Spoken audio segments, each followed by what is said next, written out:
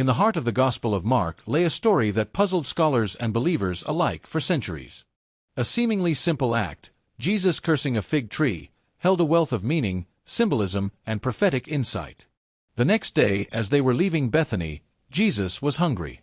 Seeing in the distance a fig tree in leaf, he went to find out if it had any fruit. When he reached it, he found nothing but leaves, because it was not the season for figs. Then he said to the tree, "May no one ever eat fruit from you again." And his disciples heard him say it. But what did it truly signify? Was it an act of frustration, or a profound lesson for all generations? Today, we unravel the mystery of the cursed fig tree. The Gospel of Mark recorded a significant moment during Jesus' final days before his crucifixion. As he and his disciples traveled toward Jerusalem, he saw a fig tree in the distance. Approaching it, he found nothing but leaves. Despite it not being the season for figs, Jesus declared, "May no one ever eat fruit from you again." The next day, Peter noticed that the tree had withered from the roots up.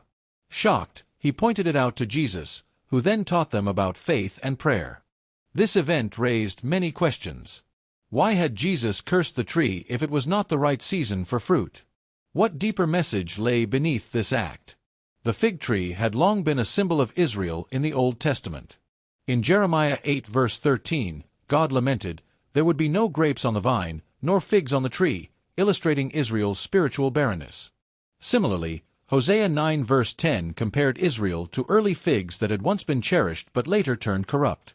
The nation of Israel had received the law, the prophets, and the promises of God. Yet, by the time of Jesus, many had outward religious appearances but lacked true faith and obedience. Just as a fruitless fig tree failed to fulfill its purpose, so did Israel fail to bear spiritual fruit. The fig tree event did not happen in isolation. Just after cursing the tree, Jesus entered the temple and overturned the tables of the money changers. This powerful act showed his judgment against those who had turned the house of prayer into a den of thieves. The withered tree and the temple cleansing were connected. Both symbolized God's disappointment with a faith that looked healthy from afar but was barren up close. When the disciples saw the withered tree the next day, Jesus did not focus on judgment but rather on faith.